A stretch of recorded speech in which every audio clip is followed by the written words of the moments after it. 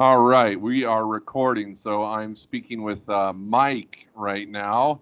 And to begin, Mike, I would like to ask you to just maybe introduce yourself. Tell us a little bit, maybe about your background, where you grew up, maybe what you studied in college, hobbies, whatever you think is worth sharing. Okay, sure. My name is Mike Waiteka. I am from San Jose, California, which is right next to San Francisco. I was an elementary school teacher for 5 years, and after that, I took a short break to wrestle. I got to wrestle for the United States, travel around, and compete in some really unique places. And from there, that kind of inspired me to want to teach abroad when I came back to teaching. My education background was world religions and ancient history, but I taught elementary school, which is all subjects, and then I came to teach in China. Wow, that's really interesting. So you Yep. actually were a teacher in America for 5 years before you went to China. Correct, yes. And world history or world religions and ancient history, you said. That's what I studied. Elementary school, you teach everything. So I passed my tests in California to teach single subject history and also primary school. But Oh, I didn't get to teach history in California. It was too hard for me to find a job. all right. Yeah, right. So where did you teach? I taught at two different private schools. One was called Challenger, the other is called Stratford, and they're both chain schools that are really big in the San Francisco Bay Area. Most of the students are, I would say, 90% predominantly Chinese or Indian. A lot of them come from technology families, engineers that came to work in America, working out in the Silicon Valley, and send their kids to private school there. Oh, wow. Okay. Yeah, interesting. And also you're Filipino American. Is that correct, or are you half Filipino, or what's your? Yeah, I'm half. My mom's from the Philippines. My dad's like a third generation Polish American. Okay. All right. Cuz yeah, you look kind of Filipino to me. I think I think it's been about a year since I met you in Taiyuan. It's already been about a year, hasn't it? Yeah, it's been a year. Yeah, it would be starting again right now. Yeah, I guess that's not happening, is it? Nope. And you're currently still in China. Unlike me, you didn't take a holiday, so you're still there, and I'm not, and I can't get back in. Are you in Henan province right now? Correct. Yes, I teach And are at you okay? Zhengzhou University. Oh, Zhengzhou Normal University, which is a teacher prep college. Okay. And Zhengzhou's the capital city of Henan province, correct? I'm pretty sure. Actually, I don't know that, but I pretty much I flew to Shanghai. I taught there for a year, and then I moved to Zhengzhou, and I have not visited anywhere else in China. I haven't gone home. I haven't visited abroad. I've been to two places, and I've just been working. I haven't really done much exploring. Well, you've been to Taiyuan and Pingyao, right? Oh yeah, that's true. But that was like for a month. Yeah, I guess that's true. I forgot about that. But I pretty much Right. everything was work related. Those are all like I went there to do a job, and Pingyao was a Right. day, right? That wasn't like So everything I've done is like yeah, I'm working, and on my few days off, I go explore around town. But I really haven't been travel working like how a lot of people do here. Okay, so you're actually more focused on work because a lot of people like myself try to kind of half work and half travel, and I think that's why a lot of people go to China is because you can get a lot of time off and there's a lot to see. Like where you are, I went to Zhengzhou Mhm. in 2009 because I wanted to see Shaolin Temple. I think it's just 30 minutes or an hour from where you are. Correct. I haven't gone yet because right when I got like I got here last year and I didn't have time to do much, and then pandemic happened and I haven't been able to really do anything. So just been here. But Right. yeah, Shaolin Temple is very close.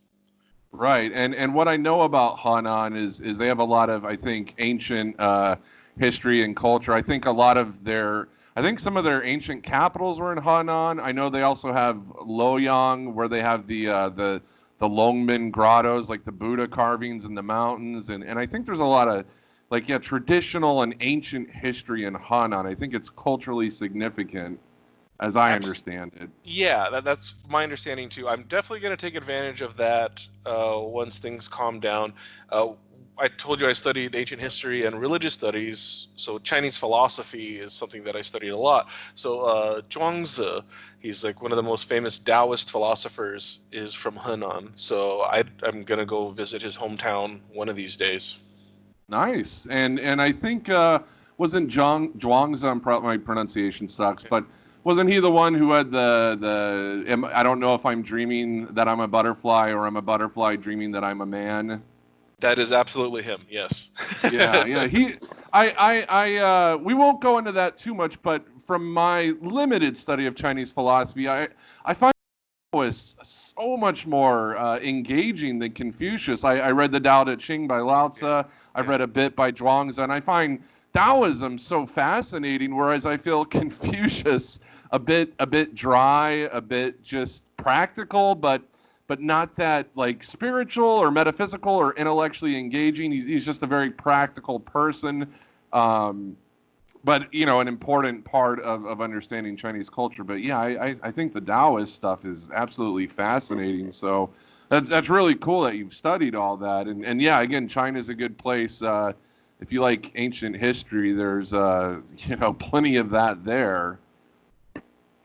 I totally agree with you on your perception of Taoism, like Lao Tzu and Zhuangzi versus Confucius. I share that sentiment. I was actually hoping more people in China would. I guess that'll be part of Yeah. our conversation, but they don't at all. No, no, So I know. they respect him historically. They respect him historically. They have to read it. These are important books. But as for actual guidance for who you are and how you should live your life, it is not used at all. Yeah, yeah, they don't. They Bummer. and right, right. I think a lot of that comes perhaps from the Cultural Revolution and the communism and destroy the four olds and all that, which is really unfortunate because I feel like Chinese history is so long, and they've come up, maybe not with a lot of like technological innovations, at least recently. That's debatable, but just in terms of just the culture and the art and the language and the writers and all kinds of really interesting stuff. And then I feel like they just kind of came along and smashed, like literally smashed a lot of it, and suppressed some of the ideologies. And I think some of it's starting to creep back in. But yeah, I think the Cultural Revolution was pretty devastating. Yeah, absolutely. Regarding Zhuangzi, like he has a lot of kindred spirits around the world in ancient history. There's Indian people who have thought like him and Greek people, and everyone hated them. Like we look back at them now and think, "Oh wow, what a smart person." But just like this, no one really wants to do it because they're almost anti-society, you know? In a way. They're more individualistic and not in a, how we use it now, like a capitalist sense, like I want to make money for myself or whatever. It's more just like doing what is natural for yourself, right? Not this greedy individualism that how we kind of use it today. It's just like, okay, who are you? What are you good at? What do you like to do? You should be living in accordance with that, Right. as opposed to what's expected of you, and that's why you need to do it. And maybe we could compare that with like Socrates, know thyself. Yeah, so Socrates. Socrates.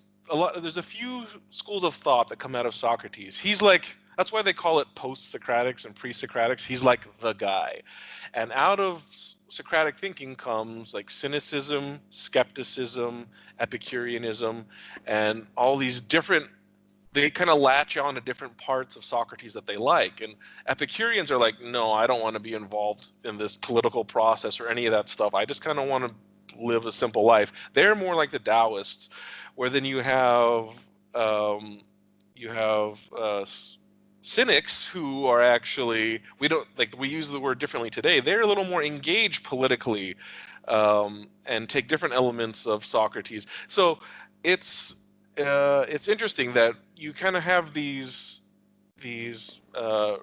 moments of thought that exploded all over the world. I don't know if you're familiar with this term called the axial age, where Mm, axial age is where you have this period of time where in India, China, Greece, where you have these explosions of like, how should we be living? And competing schools of thought. So you have that Greek version, you have this happening in India and in China. But whatever suits the ideology of the society, like whatever they want to uh, promote, then that person becomes the genius, right? And then everyone mm, else is like kind of forgotten. interesting. So, yeah, All right. All I right, love cool. Well, philosophy. I love history. This is going to be a fun talk. yeah, I think so because I want to get into yeah some of this academic abstract stuff. I also want to touch on just some grounded practical stuff. So we'll kind of do a mix. Now you already kind of addressed this in your introduction, but I just want to clarify real quick. Sort of when and why did you first go to China? Maybe 2 years ago. How long have you been in China? And you went to Shanghai first, you said, right? Correct. So I arrived in August of 2018. I got a job teaching at a private boarding school, an international school in Shanghai, and there I taught English and history in high school. I did that for a year. Didn't really enjoy my experience, and I can definitely explain to you why, but I felt a need for change, and I took a job teaching at a public university here in Zhengzhou, where I teach oral English to freshmen and sophomores. Okay, yeah, and Yeah. most of my experience in China, I've worked on and off there since 2003. I worked there for a few years. I worked for Thailand for a year. Then I worked for the Navy and went to Japan, and then I went back to China about 5 years ago. So I've yeah been going to China off and on, and most of my experience, not entirely, but a lot of it, I've worked at universities, and I think teaching at universities in China, it can be challenging, but it's a lot of fun. And there's so much freedom that we have. There's certain discussions and topics that are taboo and we can't go into, but there is a lot of just here's your schedule now, kind of do what you want. At least that was my experience. Is that your experience as well? Did they kind of let you have creative control? Absolutely. I have like carte blanche for my class. Teaching college is so awesome here. I mean, I didn't, my comparison, as you'll see, like from my teaching experience in America to here is not going to be one to one because I never taught at a boarding school in America. So I can't compare it to a boarding school here or a Sure. university there. So I'll try my best to compare, my thoughts on education, but I'll always preface it with a different experience. Yeah, there's the three T's that a Oh lot of yeah. other teachers talk about, right? I Yeah, think yeah. I'm allowed to say that Expl- on Skype, but yeah, yeah, explain it. Explain it. Tiananmen Square, Tibet, and Taiwan. You do not Yep. talk about those three things in class with Hmm. the students. Hmm. So I don't because regardless of what I believe of freedom of speech and information, I'm also not stupid. Yeah. Like Yeah. I'm Yeah. hired to do a certain job, and I agree to do a certain job in a certain way. So I'm not trying Yeah. to like infiltrate and do anything. I'm being respectful of this is what their culture and expectations are here. So I will mind those things. Yeah. But yeah, there's just certain things you don't talk about in class, which is difficult in history because Yeah. how do I skip over certain things? Yeah. To do a little comparison, though, in America, I taught at private school. I won't tell you which one. I told you where I work, but I won't tell you where this happened. But Sure. Sure. they were very politically aligned to the right, Okay. and which again, like if I were working at a religious school and they had a certain religion they were wanting to promote, I should be respectful of that situation. So Yeah. this was a politically right-wing school, but they wanted me to also say, okay, when you're talking about history and you're talking about land reform in ancient Rome, well, the book portrays it in a positive light. We don't really want you to do that because that's like Okay. redistribution of wealth, and that's not what we do here. And so we think that there's this like contrast between censorship in America and censorship in China, and like they both kind of have it. One's just way more overt, but there's going to be this cultural pressure of wherever you're at, like this is what we do here, and you better do it. Yeah. So Yeah, that makes sense. I didn't really like that, and regardless of if I'm aligned with whatever my political beliefs are, I just don't feel comfortable with the idea that I'm only supposed to show one side of something. Right. And I do think in general in America, we do have more of a tendency now, not always, and it can depend on what city you're in or what school. But Absolutely. I do think there is more of a tendency in America to like, let's discuss different sides. Let's look at an issue and think of the pros and cons.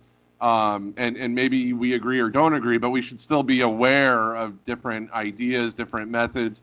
Let's look at communism or capitalism or whatever, and what are the pros, what are the cons, and some people will support maybe one line of political thought, another, and in class you can find a lot of ideological variety. Now again, some schools they might be more like homogenous than others, but I've been to schools in California and Tennessee, and I've been to different parts of the country, and usually there is, even if I'm at a very liberal California school or a very religious school in the South, there's still sometimes some variety, like some range, and I feel in China less.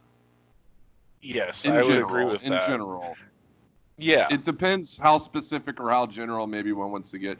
But I don't want to get. I think I'm getting ahead of myself a bit. Yeah, we'll get to that. Yeah. Yeah, cool. We have some overlapping interests, so that's really great. So here's kind of a simple question.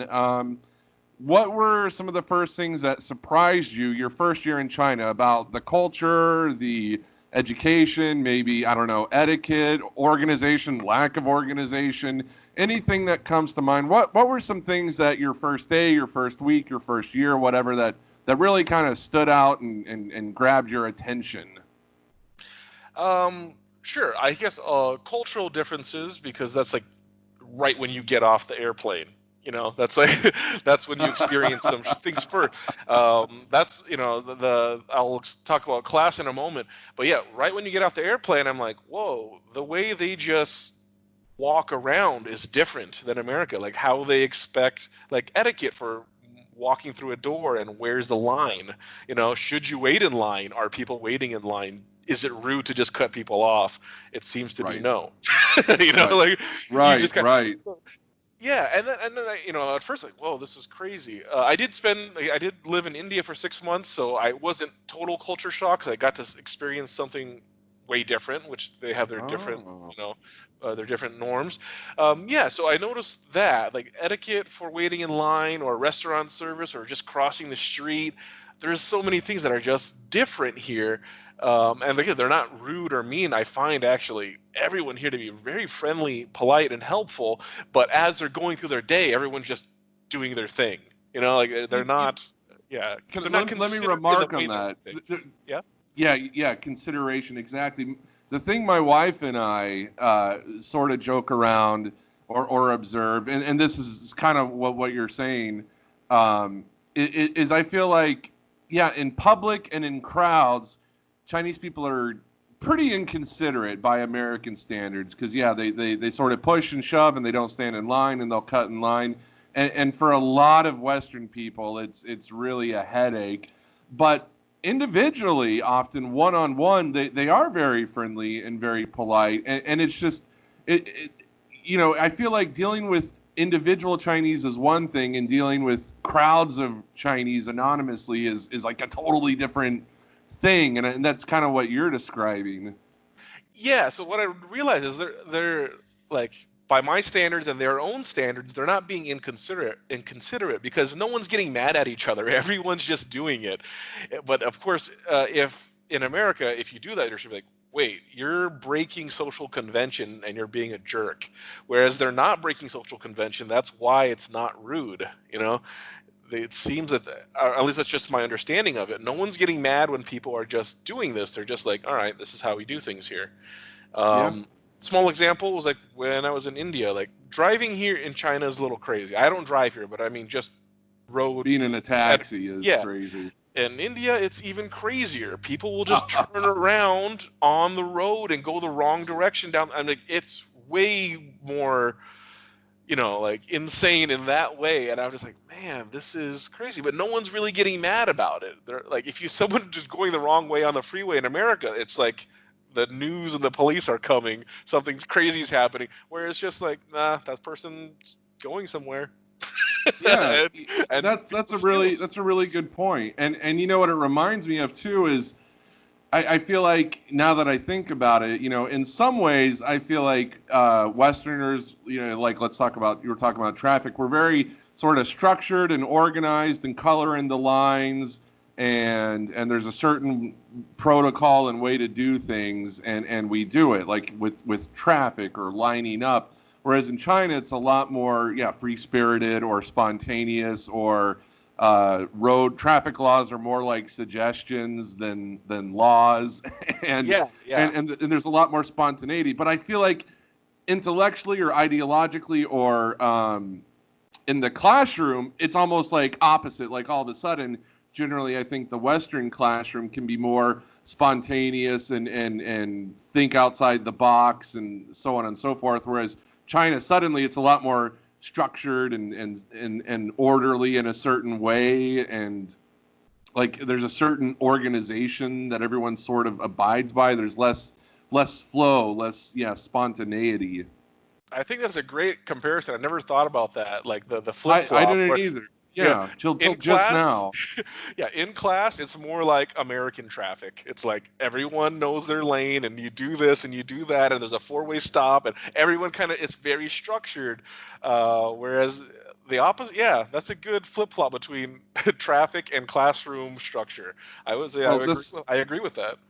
This is what happens when great minds meet. We come up with these great, humble, modest minds. We come up with these. But this is why it's fun for me to chat with other foreign teachers, because, we have similar observations, but and this is the thing about American is I feel like we have this sense that through these discussions and dialogue, ideas like that or comparisons spring forth. And I think that's, again, sort of our way of thinking is through talking and comparing and analyzing, we come up with ideas where, again, in China, I think it's a lot more rote memorization and learn this and regurgitate it on an exam. That would be the thing that I noticed when I first came to class here, is that students were very reluctant to express themselves in any creative way. It's a rote learning classroom style where they're like, tell me exactly what I need to do so I can do it the way you want me to. So raising your hand to give a direct answer, like what year did this happen? I'll have lots of people wanting to engage. But if I'm asking someone to share their opinion on what they think about something, oh man, that was really hard to get people to the students to engage, especially at first. Yeah, and again, I think maybe that's almost the opposite in the States. Like a lot of people, not everybody, but I think a lot of us, if you say, tell us the dates of World War II, people will be like, well, I don't know. But it's like, well, what's your opinion about Hitler or Pearl Harbor? And then people might have something to say. People are, we're pretty willing to share our opinions, but sometimes when it just comes to dates or dry facts, people are much less interested, and I kind of think that's better personally. Always probably somewhere in the middle is probably the best way, because it's a little too extreme, the rote learning in China, and the people's love of their own opinion, even though it's not. I'm serious. Like Americans love their opinion so much, even if it's not structured with facts. Even if it's in spite of the facts. I don't know any of the facts, but here's what's true. So knowing that information to have a good opinion is also good. And there's these two opposite ends of the spectrum where it's just like, no, you should probably know something before you have strong opinions. And now that you have all this rote knowledge, you can maybe like Form an opinion. yeah, form an opinion based on this stuff. So yeah, somewhere in the middle's probably the best. Yeah. In that sense, I do agree. I was just thinking more in the sense of just reciting dates or facts. I think is Yeah, kind of useless. But yeah, obviously you want to have some objective truth and data and understand different sides of history, and then try to develop opinions based on that, of course. But yeah, I agree, and I think in a lot of ways, China and America are opposites. One thing I've brought up in some other conversations, maybe you'll agree, maybe you'll disagree, which is fine because we're American. Is that I feel like one thing I kind of half joke about and half really mean it is Americans. I find ourselves we're almost hypercritical of ourselves and our history, and we really like to sort of air our dirty laundry. And I think generally that's a good thing, but sometimes I think we go a little bit too far. We don't always give ourselves credit for, like, we went to the moon first. We've performed pretty well in the Olympics. We just kind of go like, yeah. But let's talk about all the bad stuff we've done. Like, let's shine. And again, I think it's good that we criticize ourselves. I still think we go a little too far. But China, I find it's the opposite. It's like this hyper sensitivity to criticism, and sweeping things under the rug, and only sort of bringing out your most beautiful laundry, like your clean laundry, and really just hypersensitivity. Don't want to criticize anything. And again, I feel like between those two extremes, you have to have some middle ground. You have to, you know, be able to criticize yourself in your society, and we love to do that in America. But I think it's also good to have some pride and some. Yeah, but China's the other extreme. Anyway, I'm kind of rambling, but what do you think about that? I would say, well, considering that we have the three T's, keeping history under the rug, that's definitely part of something here. Yeah, like anything you want to bring up that's not gonna paint China in a good light, that's like controversial to do. In America, yeah, I agree with you. Like, I think it's good to talk about certain things that are not good in our past so we can correct them. But like you were saying, I think sometimes a little bit of an overcorrection. Maybe you just small example is like, okay, obviously racism and discrimination is bad. I don't think you're going to find anyone who thinks that's well, maybe you'll find a couple people, but most people are In gonna say that's general, yeah. yeah, they're not gonna be like that's not cool. So we have this idea that we should not do that ever. But then you get, in my opinion, like cultural appropriation, where it's like if someone's trying to share your culture in a positive way without, stealing in a way that's like stealing money or taking credit, or they just want to participate in your culture, you're getting pushback from that a lot now. Like, oh, well, you're not this, so you can't do that, or you're not this, so you can't do that. And it seems like it's like, well, your heart seems to be in the right place, but now you're just actually making someone not even want to learn about you because And I feel like if you follow some of these things to the extreme, eventually everything is banned, everything is canceled. There's no logos on any brands because everything's offensive, and just you know what I mean. It's like you end up just like almost eliminating culture appreciation. So, I mean, a good example was this, yeah, and that's true. So, Jeremy Lin, Chinese basketball player, right? He was in the Uh-huh. NBA, he's now playing in China. He got cornrows, and there was a black player who was giving him shit about that. So sorry, I can say that. Maybe maybe I can That's restate fine. that No, again. don't worry about it. Don't worry about it. Okay, so he was giving Jeremy Lin a hard time because he had cornrows and saying that's cultural appropriation. That's not cool. You're not allowed to have cornrows, and Jeremy Lin responded in the most intelligent and nice way possible. He should have just laid into him. That's what I would have done. I'd be so upset. Like, it's just not, you didn't, but he said, because this guy has Chinese character tattoos. And, Oh, there and, you go. yeah, Jeremy Lin just said, you know what? I think it's great that you got Chinese character tattoos to show that you're interested in my culture. Instead of pointing it out in a mean way, he was Right. like, I think it's good that you did that, and I think it's cool that I have cornrows. And I think he solved that problem way better than I would have. I Yeah, would have and been and so upset. But it's like, and why and are we mad at yeah, him? Yeah, yeah. No, you're that's great. I didn't hear that. And what it reminds me of is I think it was the 1970s in America and African American culture. Like kung fu movies were really big among African Americans. Like I think the Wu-Tang Clan guys grew up watching kung fu movies. And you know that song, everybody was kung fu fighting. Like that's Yeah, a black guy, yeah, and so lots of historically lots of black people have really liked Chinese culture, and I think that's great. And one other point I'll make is when people say cultural appropriation in English and they're not of English descent, I find that a bit ironic. It's like, well, why don't you say that in a different language? Is English yeah. your, because if we really want to get technical and start, well, this is mine, you can't have it. It's like, well, then only those of us of British ancestry can speak English. Everyone else, you have to learn. You can. But again, it's just ridiculous. And sometimes in America, we have good intentions, but we take things so far. And like we're almost a bit sometimes sadistic, I think. Yeah, well, I think we're getting a little off base because it's like a fun conversation. But I guess an example would Sure, be sure. like Elvis. A lot of people think that that's cultural appropriation because he didn't give credit to where he got his style of music and dancing and stuff like that. He took it from a culture and kind of made it his own and profited greatly without giving credit for it. And I can see that argument. But if he, say, for example, like I said, with a Jeremy Lin and Kenyon Martin example, like where they're like, hey, no, I got this from this culture and I like it and it's cool.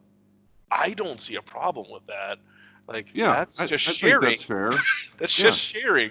But Well, if you're and pretending to take it and like, oh, this is me, I made this up. Oh, yeah, that's actual plagiarism and theft, and that's actually illegal. But so yeah, that's bad. That's appropriation. But when you're but yeah. it's gotten to the point where, oh, I like this. No, it's not for you. And You're me not being allowed. yeah, and this actually leads in back to the classroom. So what about myself? There's a Chinese term called 婚血. I'm not saying it properly because my Chinese is terrible, but that means mixed blood. So I'm Okay. half Filipino and half white. That's the Chinese term for being a mixed blood. So how I got the kids to think creatively, I told them about my life. I told them about me and the things that I had to face, good things, bad things. I tell them I'm divorced, told them my mom Uh-huh. died when I was young. I tell them a lot about my personal life so they can see like, oh my God, this is a person and he's talking to us about his ideas. So then hopefully they become comfortable with like, hey, maybe I can share some of the thoughts in my head. Because I don't like some of the teachers will say, oh, these Chinese kids just don't know how to be creative. I said, well, I don't know if that's true. They're just not allowed to express it. They're alone Mm. and thinking thoughts all the time. They're just not allowed to express them. So when I found by actually saying, hey, here's some bad things I did, or here's some mistakes I made with my life, they're not like, oh my God, because I'm not like, I'm the teacher and you are my minions and you must worship me. That's a whole nother thing Right. about how some teachers are, not just China, I mean, everywhere. Teachers, and a lot of them I don't like. Like growing up, I can count on one hand how many teachers I actually liked. Oh, Uh, wow. like, you're with them all day, and you're like, oh, I gotta go to this class now. I mean, I have very few where I look back and like that was an awesome person, and that ratio doesn't change when you're an adult. I see all these teachers who have become that person that no one wanted to be in their class, but they do it themselves. And they just carry on this horrible culture of like a domineering teacher who, like, I want everything quiet in here. You better do what I say, kind of mentality. So, but so that kind of just goes back to the creativity thing. Is I I talk to them a lot about my life and what it's like to be part of a mixed culture and living in different cultures, and how it changed my life and changed my mind. And doing that with these students made them think, oh wow, I can express my opinion comfortably here. I don't have to be worried that he's going to say, no, that's bad. You don't do that. Right. Yeah. Because I do feel like the Chinese education system in general sort of, just, I don't know if it, if I would say it actively discourages it or not, but I don't feel that it encourages it. And I think that's one thing a lot of us foreign teachers do try to do is encourage that, it doesn't matter how, like if you're learning English, it doesn't matter how good your vocabulary is. It's not just how many words do you know, but yeah, can you express yourself, and here's an opportunity to do so. And some sort of do sort of adapt to that and flourish, and then others, I think, just struggle with it. Because I do think that is a big difference in our cultures is, in the West, for better or worse, we are more individualistic, and people, I think, are encouraged, maybe not in every context, but are given more opportunities, I think, to express themselves, usually than in China. Absolutely, yes. Right. I totally agree with that. The your reputation is so important here. I guess that might lead Yes. into something later, but there is this culture of embarrassment. All right, Um, wait, hold that okay, thought. okay, That's exactly, yeah. You're segueing into the next question. okay, Let me stop recording here so I don't lose this, and then sure. in like 30 seconds I'll resume. So I'm going to stop right here, and we'll continue just a moment.